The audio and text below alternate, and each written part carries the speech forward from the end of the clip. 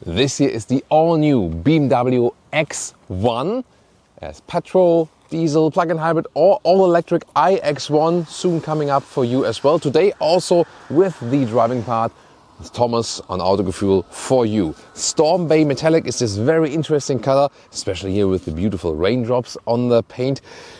When you have the combustion engine, as it is right here, vertical fins in the huge double kidney, and then there are some openings here and there. Then after that, adaptive, they open just on demand. The iX1 just looks a little bit different, but not too much.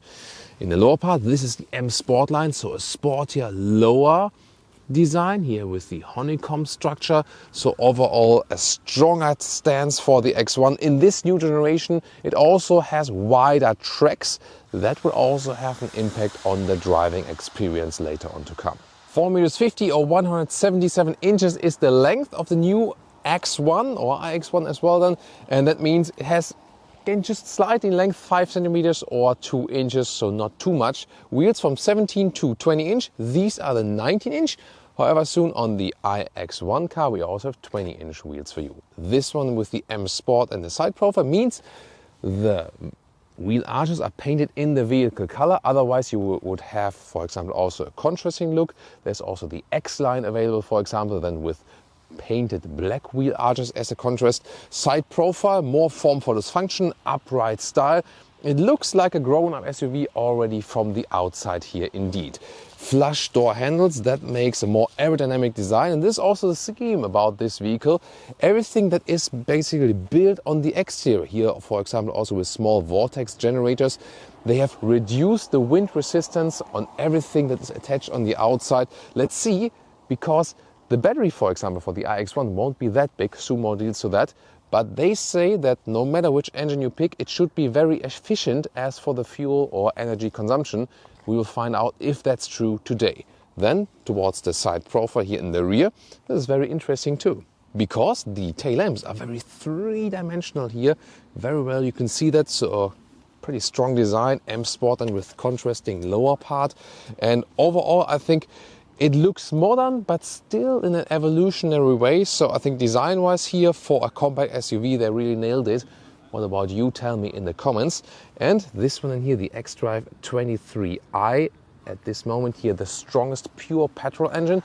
Soon more about the engines. The top speed, by the way, for the iX1, for the all-electric version, is 180 kilometers an hour or 112 miles per hour. So I think also fairly enough. The petrol engines go even faster then. You either get a base suspension or, as an alternative, the adaptive M suspension. And we also have these adaptive dampers on this vehicle here today. We're going to test them in a later driving part. And here we can see a different color. Cape York Green is that paint name. And also we can see the X line here. We have the contrasting wheel arches, but painted in black then, shiny style, very interesting. These are also 19-inch wheels. And the X-line, you can see you have some gray contrast or silver contrast in the lower part. And here a more off-roadish contrast style or crossover style. So this would be the less sporty look then, in contrast to the M Sport. Then here more, once again, more this original off-road character. Tell me, what do you like best?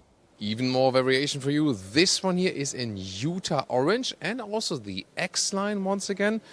Vertical fins, and here the contrasting silver in the lower part looks really cool, I think. And special, maybe you've seen it here, 21-inch wheels from the M Performance parts. So this is then this special edition you can get not directly from configurator but from the M Performance parts. Really striking, maybe a little bit too much, isn't it? And here also with the fitting roof box if you want even more space. Yeah, what do you think about this adventure styling here? And this here is the all-electric BMW iX1. And the very interesting thing is you can't really see that's an electric one because, well, on the standard side it would come with more blue accentuation. But you can depick it for a normal non-EV look, and I think that's a good thing that you can choose if you want to have it more EV looking or not. The only thing you cannot depict is here the blue ring around the BMW logo. That is always staying like this, so that would be the only thing you can see from the outside. Other than that, you can pick your favorite styling. For example, here the M Sport with this really sporty kidney, in this case then all the way closed in the front.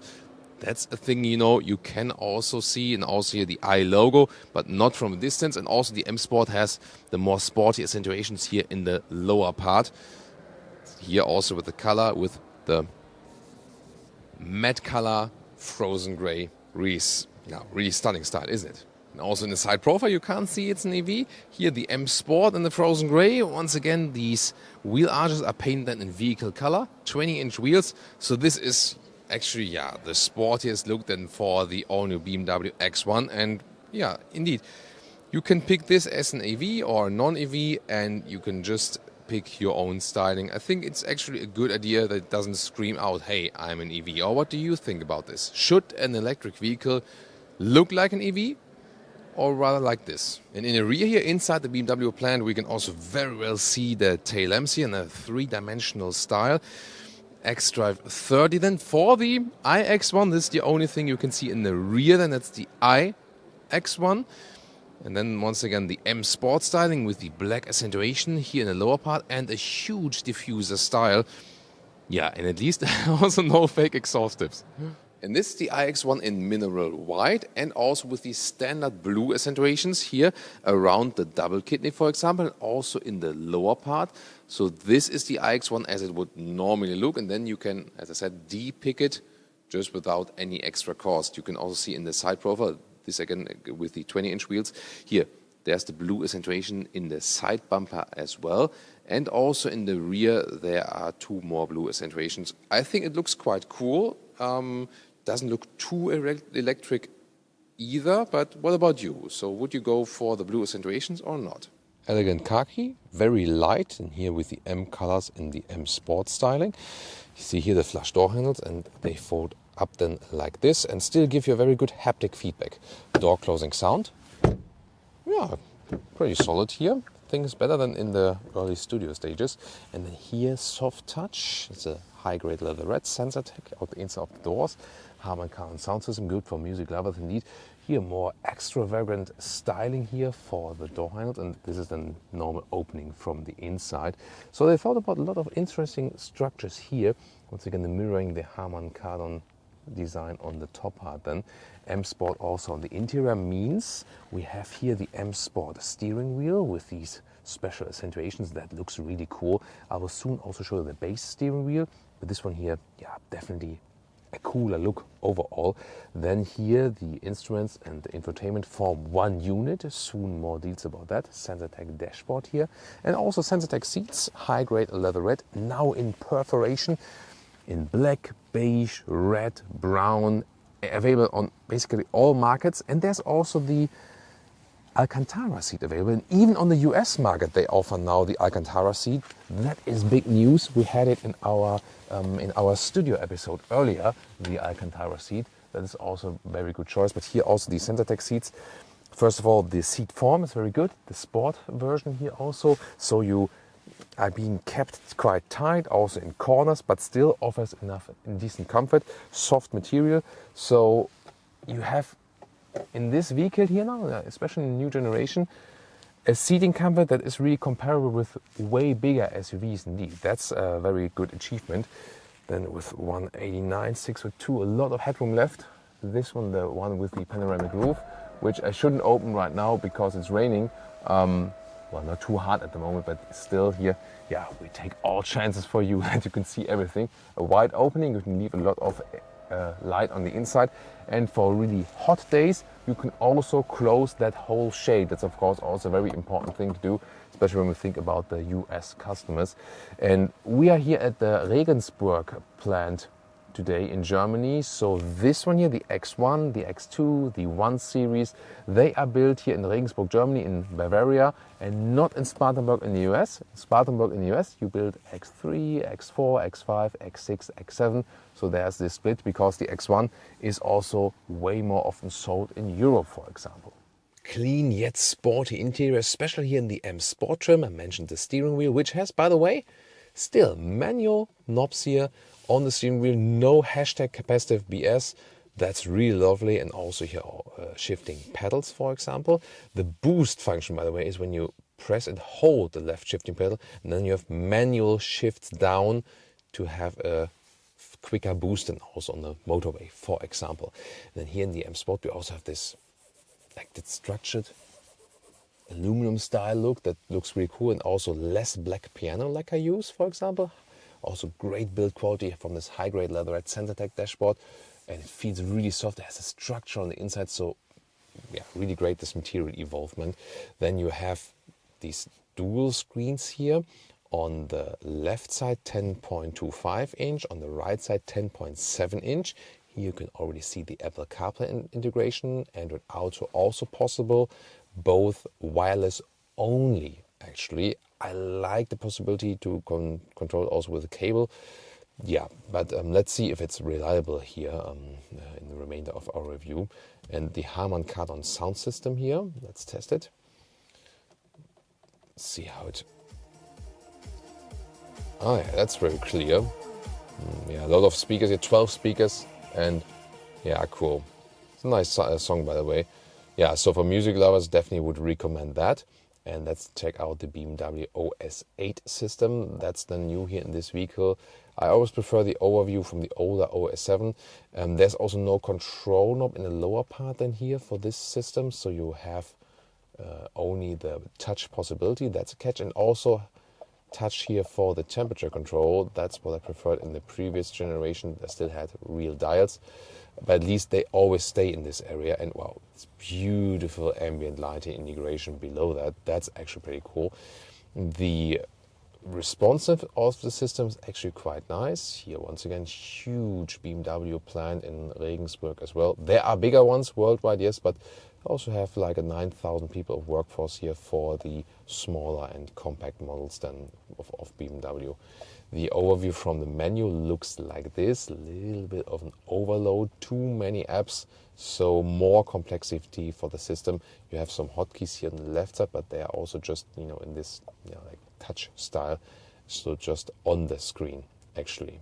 And this is the thing about the OS8. So I did some testing here with some apps and so on, also with the instruments. And with OS7, I had never, ever any failures, freezes, something. And now, it happened a couple of times. Here now, for example, nothing is happening.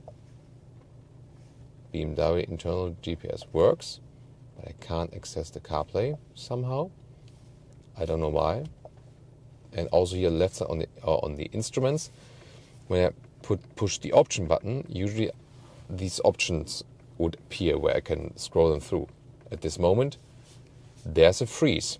Also, when I have the Apple Maps on the right side and I want to have them on the left side, it doesn't work for the first time. You have to shut down the vehicle, then they appear actually. Shut down, for example, open the door, then everything goes black, then restart the system, and then the maps go back to the system that you can also see on the left side. Let's see if CarPlay works now after this startup. No, maybe we have to do it one more time or put the car to sleep for a couple of minutes. Yeah, there we go. There we are again. So, I mean, everything works at some point, and most of the time it does work. But the thing is that you have some moments where it doesn't work, and that did never happen with OS7, but with OS8, like in the Volkswagen Corporation cars, or also sometimes Mercedes failures. These new infotainment, these complex infotainment systems tend to have more failures. And there we go with the instruments, and there we can also have this view change now. And when I start up the car, you can even better see that. These are then the full instruments, and here also with the RPM that goes like this. And then you can, for example, change the content, what you want to see, like here. And this then is then the Apple Maps, also on the left side instruments. When you have the Android Auto, then it also works with Google Maps, not in the CarPlay though. Here, or you can change the whole layout like this. I rather prefer the first one here, or what about you? And the head-up display is always a nice option to have everything in your line of sight. Middle console is very interesting. First of all, here, this is the inductive charging area, and the smartphone gets a seat belt like here, and these here are some gaps for the cooling. So the air is being sucked away from the back side so that the inductive charging doesn't overheat the smartphone. Oh, there's Schmoozy. Yeah, God bless her, my little love. She's gone now for a while. Yeah, I'm still sad, really sad. But here, seat belt. There we go. And then the smartphone is being kept tight, doesn't fly around the vehicle. And once again, it now also stays cool and is not overheating. Then here, cup holders, not adaptive. That's one thing that is missing, I think. 2 USB-C chargers. And then you have this flying console. So you see here, you can grab underneath it. It's being taken away from the design of the iX. A very small shifting lever, still a real volume jog. I love that. And then you press it here to open this split. Well, this is our access to the BMW plant. And some space here actually, but more space definitely underneath this whole element. Rear seating here, a little bit harder pack here in the rear doors. Harman sound system also for the rear, and soft touch is then this here for the armrest. It's a very comfortable, rather upright seating position indeed, and you also have some legroom left. Not necessarily less than in bigger SUVs by BMW indeed. You can use this recess here as well. Of course, I could put my front seat a little bit more upright. That would also work indeed. And here with my height, 189 or 6'2", it also works headroom-wise, although this is done the panoramic roof. Here in the combustion engine version, that's the only catch compromise on the interior, what you cannot get here for the iX1, the EV. Here, the slidable rear bench, 13 centimeters or 5 inches. This one is only possible in the non-EV version. You can also once again show you the difference when I'm, for example, putting wait a minute. I put this one forward, and you can see the difference even better. So this one here, there you can see that difference. But of course, most of the time I want to go for most legroom, and you can, for 1, 2, 3, adjust here the angle.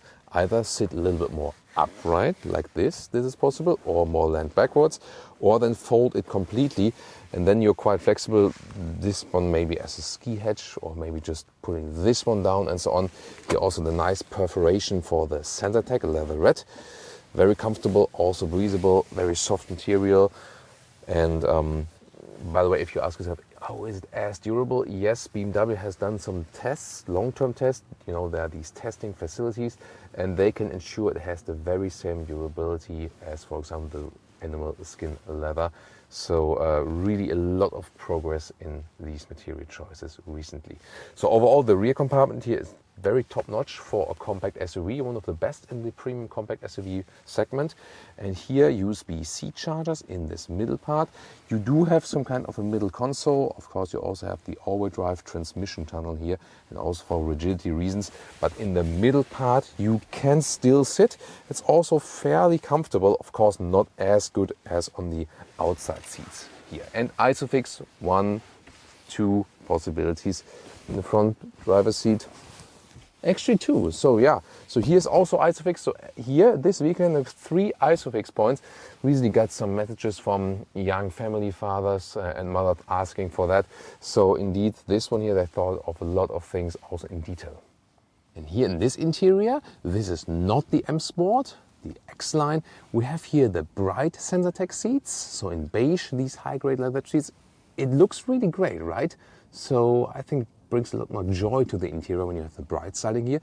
However, I prefer the M Sport from the dashboard, because here in this normal dashboard, more high gloss black piano lacquer, not that so sporty look. And the steering wheel, it looks sporty also as a base styling, but not as sporty as in the M Sport. You don't have the special accentuations in the lower part and so on. So, I mean, you can also go with the M Sport, for example, also with different seats, for example, but the dashboard for the M Sport looks just cooler, doesn't it? But yeah, bright seating here, so you have different color choices. That's also pretty cool, right? And more interior variation for you. These here are the brown Sensatec seats.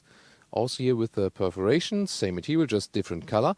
And this interior also features the open cell eucalyptus wood.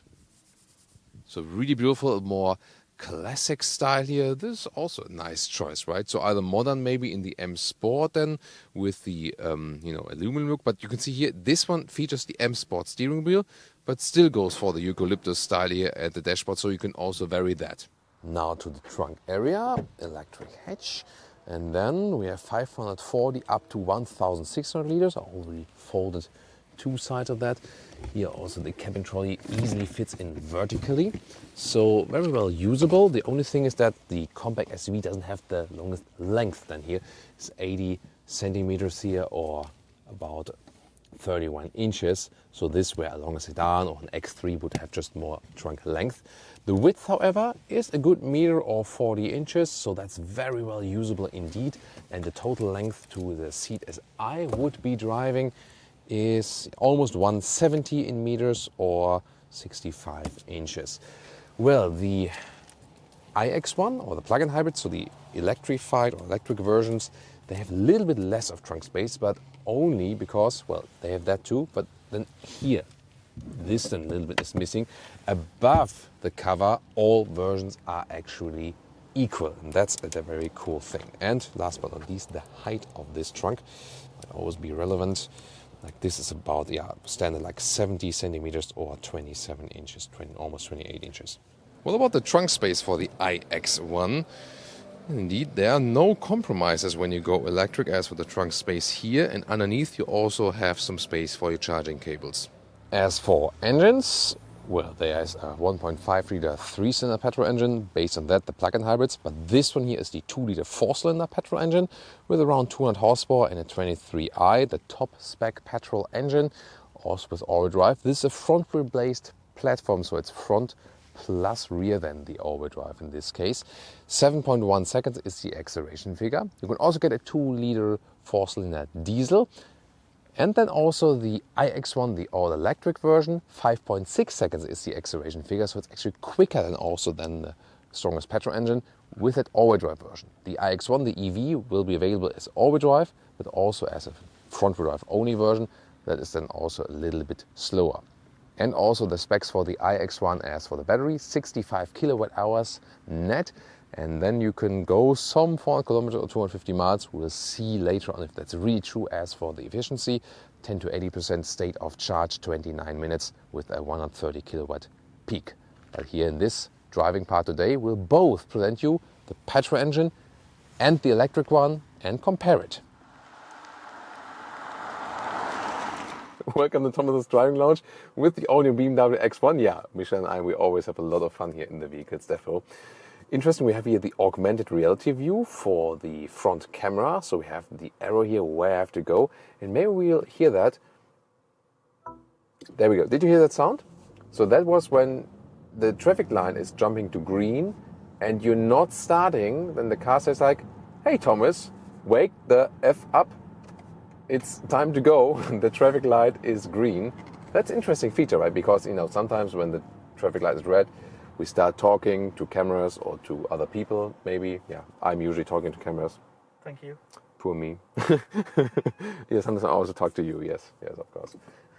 Yeah, see now I reacted fast enough, so there was no beeping sound. And here we have these arrows going to the left now. So interesting, this augmented reality view and also the camera feature. We'll now enter the German Autobahn. Yes, motorway time, my modes, and then I'll pick Sport.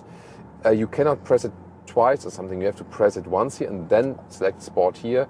More response from the throttle, for example. And we can also go to the Sport shifting mode that even turns up the RPM even further for the Autobahn. Not necessary, but here to get the max out of this petrol engine. And we'll start at 50 kilometers an hour and accelerate to 120. Let's go.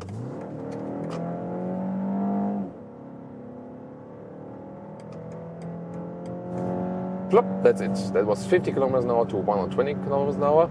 And now when I'm reaching that goal here, I can go, for example, back to the personal or comfort mode, also go back to the normal D-shifting mode. Then the engine is also more silent. The iX1 will be quicker in the all-wheel drive version. In the acceleration figure, it will be 1.5 seconds quicker in that acceleration figure. Actually, that's very interesting. Then cruise control set here on the left side of the steering wheel. So good also to have real buttons for that. That's actually quite cool. And the X1 also gives you a good traveling feeling. It has the same platform just like the BMW 2 Series Active Tourer. And I really have to say, in that new generation, they both come very, very close. Before the difference was bigger, but the interior here, the cockpit, is basically the same. In the X1 you sit a little bit more upright. The 2 Series Active Tourer has more a crossover feeling. This one here more already like a grown-up SUV feeling, but indeed they come close.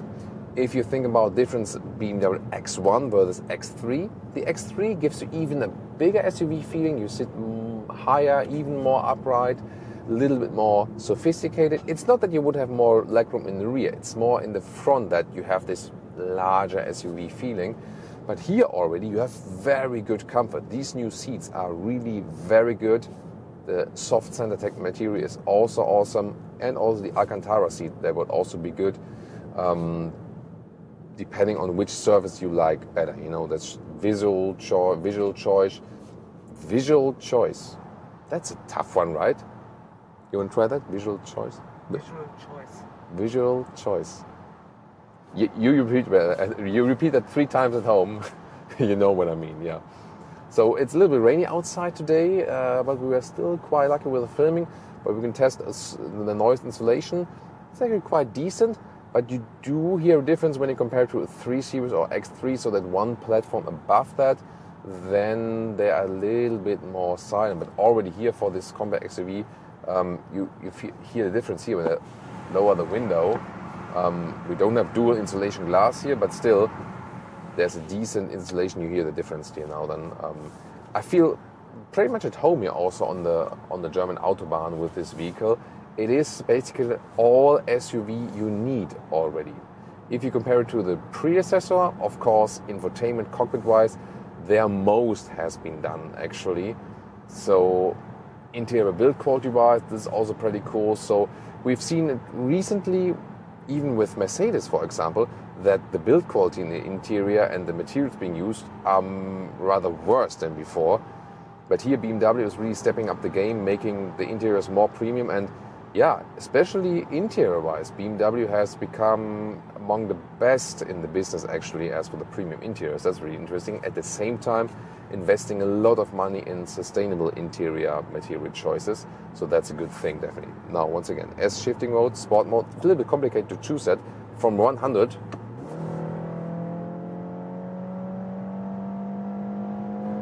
yeah. 150. Let's see how far we can go.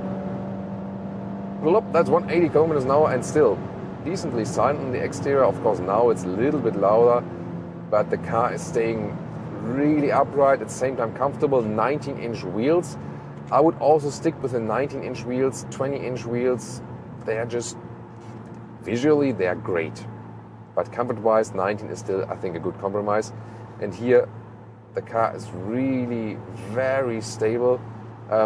What I feel here at higher speeds is that the steering here in this area is a little bit wake, and then beginning here, then I get the feeling for it.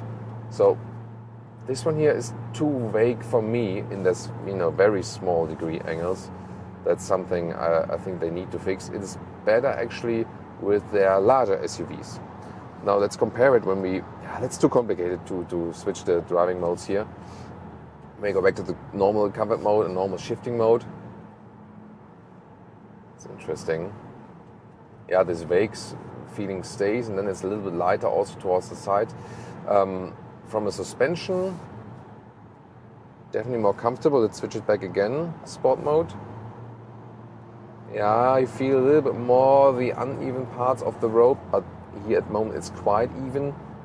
So even in the sport mode here with the adaptive suspension, you still have a lot of comfort. That's of course a very, very cool thing to have. So indeed, it combines sportiness and comfort. That's something they can do very, very well. And also the seats hold you very tight. So indeed, you feel at home in the city, but at the same time you can use it for long hauls on the motorway. That is actually really excellent thing to do. How good can we follow actually the GPS here while driving? In their bigger cars, you have some somewhat bigger screen, but still it's big enough.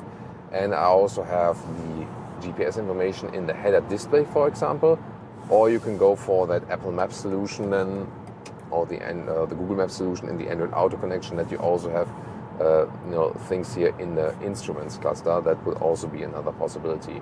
So driving wise, again, hardware wise, yeah, one of the best compact SUVs indeed.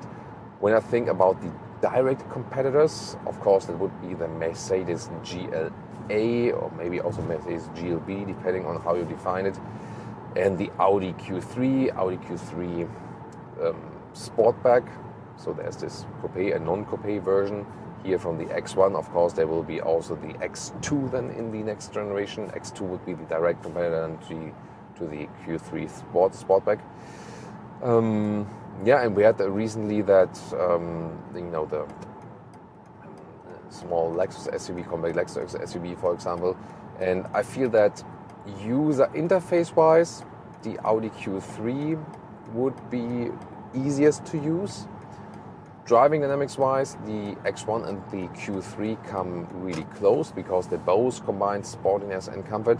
With the GLA, is more set on a, let's say, softer, slower note, unless you go for the AMG model. Here already, when you have the adaptive suspension, does a great job, but also already the base model feels sporty, and yeah, it's a lot of fun to drive the X1. So I think if you compare it to the Cayenne it's like a wedding Cayenne. Seen that? Is that even legal? It didn't have a proper license plate on, just like handwriting. Usually in Germany you can't do that, So as soon as you see something like that, the police would stop you at some point. Yeah, I haven't seen that quite often. Now getting off the motorway and more like countryside driving, and we have no one facing us. We can also do some more slalom, different driving modes in testing. So now, for example, here. So, yeah, the steering is not most natural in the feeling. It feels sporty, and I talked to BMW representatives about that also because I criticized it over in the 3 Series, and they say by making the steering lighter and less natural in a way, they convey a feeling that the car itself feels lighter. You can follow this argument because, yeah, when the steering is light, the whole car somehow feels light, yes, and in a way maybe more modern, I think. But I always prefer more that I have a natural feeling for the car, and if I have more resistance in the steering, then I feel more one with the vehicle, to combine driver, car, and road, that somehow there is a connection you can really feel. And here it's a little bit moving through thin air. Sure, that might be also something of the M Sport or so, but I felt in the 2 Series Active Tourer it was a little bit better. Sometimes strange. Of course, every single model gets also the individual setup for that. Here, by the way, when you go just to the S-shifting mode, then you can stay in the normal driving mode, but just have the shifting set up that here. Car is shifting up later when you are in the S shifting mode, whereas when you're in the D shifting mode, it's more about fuel economy, shifting up earlier and so on, and shifting down later. So you can also vary that if you, for example, want to keep in the comfortable suspension mode, but just want to change the shifting for maybe like quick Autobahn overtaking. However, at the same time, what you can always also do is use the pin down, even if you are in the most comfortable and most relaxed driving mode. Pin down here, and then you also get the acceleration. But the other one would be more spontaneous, or using these shifting pedals to shift down or up here. And here this boost mode, told you earlier, when you click and hold it, then you have 10 seconds of boost, and there's also this multiple shift down possible. So this is also another possibility to stay in a normal driving mode, for example. And then you say, I want to have the boost now. Click and hold it, and then you got that. But yeah, I'm not really sure if you would really use it in everyday driving life. Yeah, maybe then this manual shift down, 1 or 2 clicks, I think it just goes faster than clicking and holding it. I think this function is a little bit redundant, or not really that much needed, So to me, a big thing here about the X1, especially in this new generation, is the driving fun. You can have a comfortable vehicle on the motorway, at the same time you have a sporty one for countryside roads and so on. That's a cool thing to have, definitely. So It feels really elaborated and modern. This is what I really love about this vehicle, with some shortcomings here, as I said, of the climate unit, that I can't control it that well while driving. When you are a guy that leaves 22 degrees Celsius or like 72 degrees Fahrenheit in auto mode all the time, then you couldn't care less, you know, then you don't need the knobs anyway. But I'm this climate control guy. AC on, AC off, vent strength up, vent strength down, colder, warmer. I'm always changing it because, yeah, just want to do it to feel more comfortable in the vehicle. And yeah, you feel somehow more in control of what the vehicle is doing. That's what I think. You know, once again, in these faster corners, yeah, that feels really beautiful. And you can leave everything in the normal driving mode. It feels really excellent. I love that. So playing together with the suspension then as well, the adaptive suspension, yeah, driving dynamics wise, they're really top notch, on top of the game. So yeah, from everything we've experienced, besides maybe that I don't like the OS8, it is one of the best compact SUVs out there. And inside the BMW portfolio, yeah, the 2 Series Active Tourer probably has the even better price-performance ratio. So that was also one of the interesting findings for today, that, yeah, no one would have expected that. The 2 Series Active Tourer is definitely a strong internal competitor to the X1 now. You have to bear that in mind. So maybe, you know, check it out at the dealer if that's available on your market. You know, that of course also depends, but especially for the European market, then 2 Series Active Tourer or X1, you can pick between these two and then just see which one is more suitable to you. So yeah, that's one of the interesting findings for today. And our fuel economy result here, consumption for the ICE, internal combustion engine 23i, is something less than 7 liters on 1 kilometers. So it's about 35 mpg US, some 44 mpg UK. And now the iX1 electric. Yeah, that's the acceleration. Really strong. Can you see the acceleration figure in the display? Let me change that for you. So the best experience for you. So now you can see the speed better, right? Yeah, now you can see the speed. So you have instant torque with this one. 1.5 seconds faster in the acceleration figure if you compare to the petrol engine. Here, for example, like 50 to 70, like 45 to 70. Flop, that's it already. So super, super quick indeed. These iconic sounds are on indeed. So you can also turn them off if you like. And well, you have to know where they are actually. Where was it again? Driving settings. There, iconic sounds off, and then it's like here, there's nothing, you know. Again, the difference then. And we can also go in the sports mode, and they're even more extreme. So now sports mode. Woo. So have you heard the difference to the normal mode? We go to the normal mode again. And the sports mode. More low frequent sound indeed. Yeah, it's very interesting. And the only thing is, like, when you switch around things here, it's always tricky actually to do that while driving.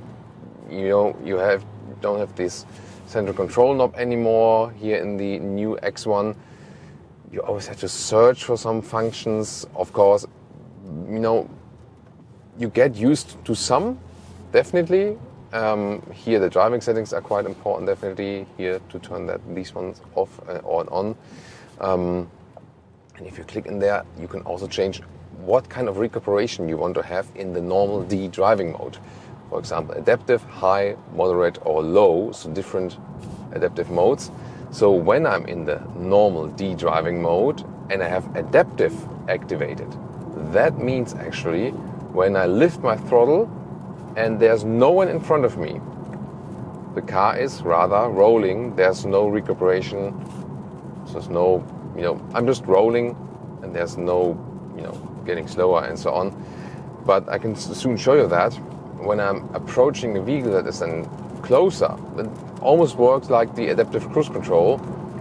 Then this adaptive recuperation, or here, recognizes I'm a little bit too fast, there's 70, it's a speed limit, then for example also the recuperation could be worked. Or now the map data indicate that we're going downhill for a longer time. This is also a case where the adaptive recuperation could reduce the speed.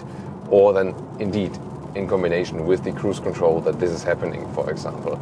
And this could be a compromise between one pedal driving and a strong recuperation, and no recuperation and rolling, and just recuperation on demand by the brake pedal. You can also induce that either here and then in the menu, or easier here with the shifting lever, pull it backwards, and then it is in the B mode. And in B mode then I lift my foot off the throttle, and then there is strong recuperation. So depending on what you like, or for example you're going downhill for a longer period of time, then you would also go into that B mode, and then you have a strong recuperation. As for driving it, it's a lot of fun. It's so much more spontaneous and sporty than the petrol engine. The petrol engine already felt good with that vehicle, but here you have more weight, yes, but you have a low center of gravity. The car is, although it's raining now, I feel is hooking up better to the road, and you have this great acceleration out of the corners. It does have front wheel bias in a way, because most of the time the front electric motor is used. The rear then on demand. The more you push the throttle, when you really hammer it out, as I did earlier, then you can have up to a 50-50 all-wheel drive distribution. They usually try to use the front electric motor because it is a little bit more efficient than the rear one, or not using the rear one when you're just rather rolling and so on. But when you use as much power as you try or want, then again you can reach up to 50-50 distribution. At a later stage also only the front wheel drive model will be available. So especially in the sport mode, super spontaneous. Let's go back to the normal mode, see how that one turns out. Here now in the corner, accelerating out. It's a little bit smoother, not that direct from the throttle input, but you can have this power output all the time when you just pin it down. Or what's also possible, using the left pedal here, there's no right pedal then here in the EV version. With the left pedal, you can have the sporty boost for 10 seconds and it immediately goes forward. So that would be an alternative to switch through the driving modes. So you have a lot of different driving modes and settings and boost options. The question is, will you ever need all of them? Probably not. You will probably find out which one you really like best and then use these over time.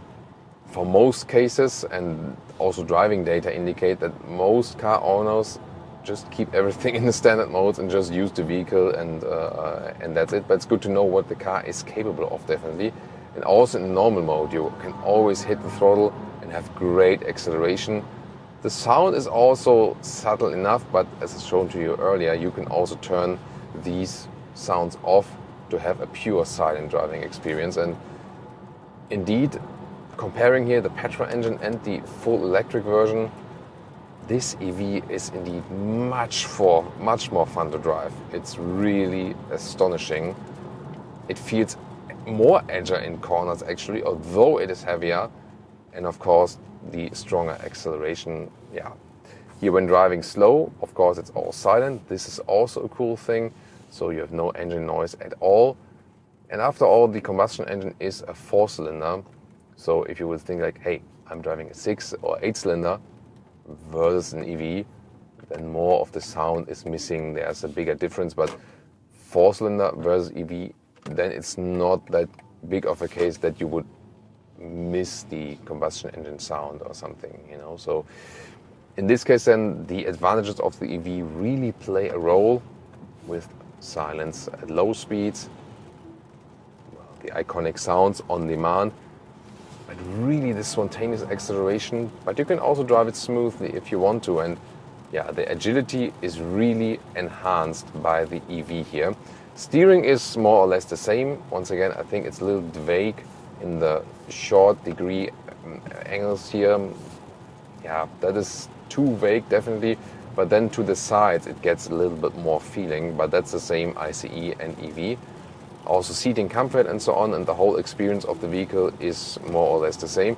It's really that drivetrain and also the weight distribution. So, and yeah, you might think that it's bad if there's more weight, but since it's really put in the lower end of the vehicle, it really helps the vehicle. The only thing, when you are in really, really tight corners and then the car is pushing to the outside of the corner, then more weight is bad actually.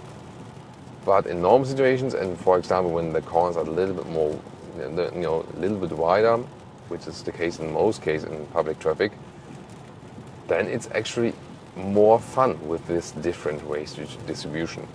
But don't get me wrong, the 23i we've been driven earlier, that is a really cool fitting engine to the vehicle, no doubt, and it felt really one with the vehicle. But this drivetrain here also feels one with the vehicle. There are two things actually majorly about this car and the range.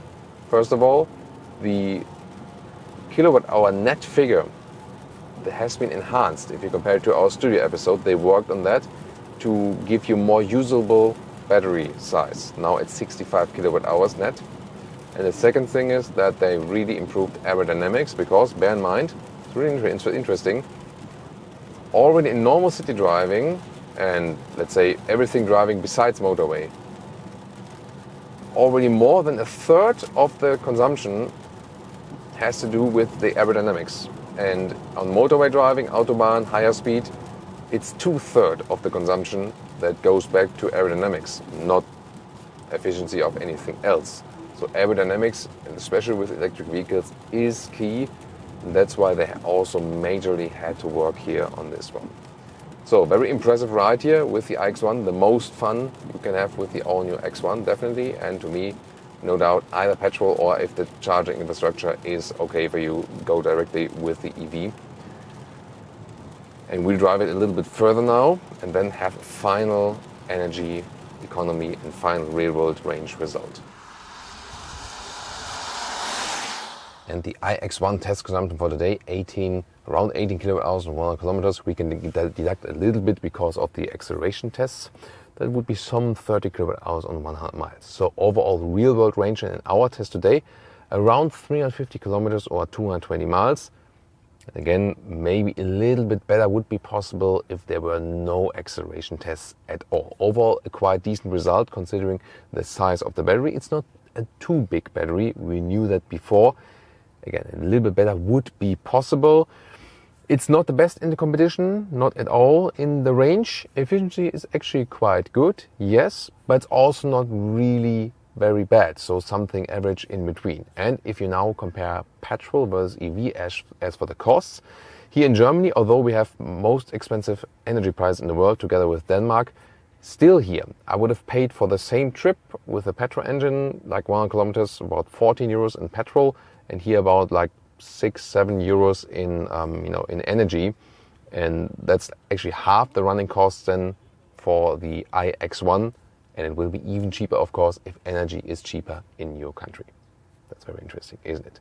And now compare also the direct competitor of this one, the Audi Q3, and well, I told you, competitor of the iX1, or especially the X1, because there's no EV pendant. So the X1 versus the BMW 2 Series Active Tourer. Tune into that one.